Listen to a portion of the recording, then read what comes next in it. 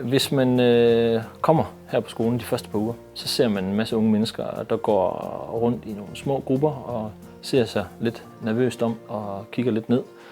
Men allerede efter et par uger, så begynder de at kigge op og være smilende og glade, entusiastiske og engagerede og vil gerne deltage og snakke med alle mulige.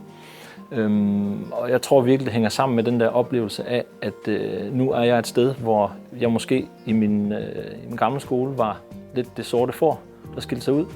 Nu går jeg på en skole kun med sorte får, så vi er bare sådan en stor flok, og derfor slipper de sig selv lidt løs og giver slip på nogle af de der måske sådan negative billeder, de har af sig selv. Og det blomstrer de utrolig meget af.